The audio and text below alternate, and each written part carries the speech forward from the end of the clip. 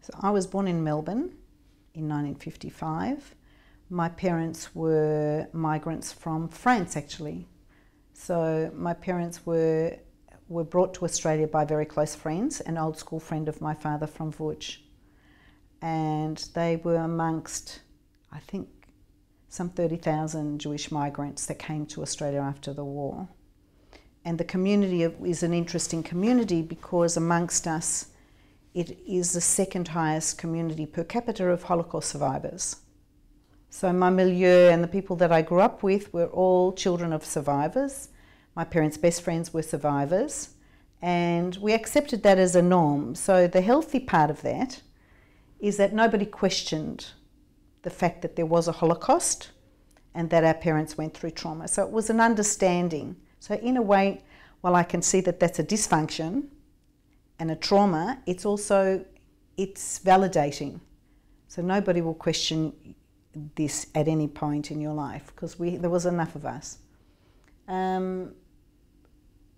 I think the community is an astonishing one, and it's a very supportive community, so it's all good. Yeah.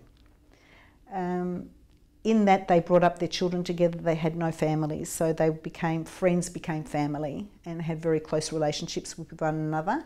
And my parents' children, my parents' friends' children became like my cousins and my sisters and my friends, and with whom I'm still very close. So we may have gone in different directions in our lives, but we're involved in very interesting endeavours. And both of those women are actually also descendants from Vuj. So that's an interesting, just as it happens, an interesting aside. Amongst the other friends that I have in my milieu were Zduńska Wolands, which is complete coincidence. So we all went to school together, we chose friends amongst a big group of friends, and it happens that a small group of my friends also come from Zduńska Wola and also came from Vuj. So you can make of that what you will, but it's an interesting truth.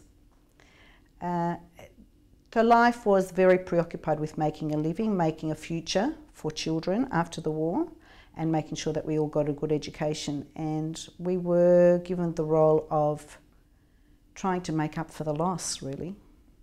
So the loss amongst us was huge. Discussion about Holocaust was never but always, and always present. So it didn't matter what the subject was, within minutes the conversation would always turn to the Holocaust, and with good reason, because who else would see the world in the same way as another survivor? So that was also part of our lives.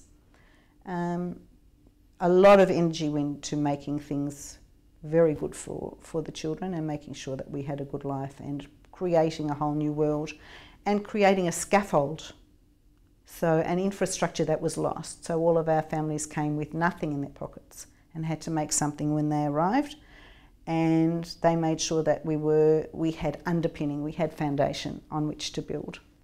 And that was, you know, if you're a Jewish community and you set up a school, you set up a Landsmannschaft, you set up a hospital, you make sure that everything that's necessary for a community or kehillah is organised. And Melbourne did that very, very well. And I think that we can see that very clearly. My mother's now 97, she'll be 98 in 2 weeks. And I'm not in Melbourne, I live in Sydney, but my friends, my mother's friends' children, the nursing home she's in, are all holding my mother. So she's supported by a broad range of people. And how many years was she in Australia? They arrived in 1951, so nearly 60 or something years of supporting each other. So what happened, how do I speak any Polish? So I was born in Melbourne. All of the family's secrets were told in Polish over my head. Survival, I learned how to speak Polish.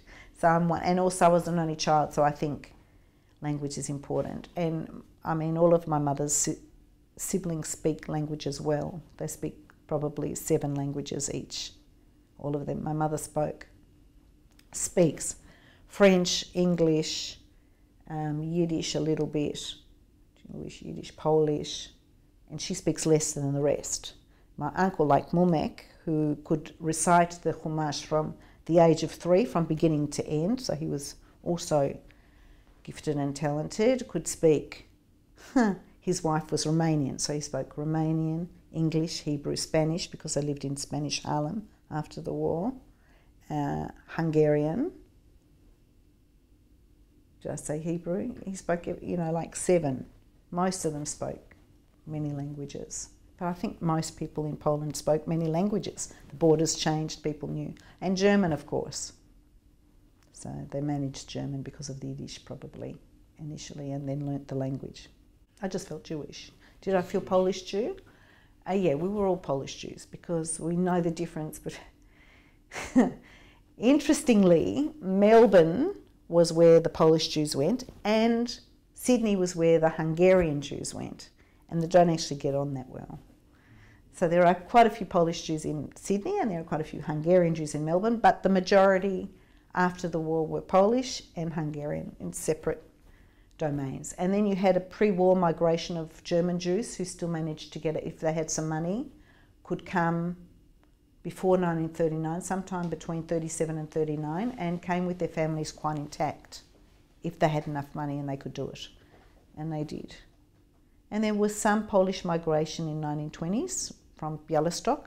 So there was an established Bialystok Landsmannschaft in Melbourne, and they helped a lot. They helped to get a lot of the Jews out, but during the war they were not able to get people out, but after the war they did a lot to bring people.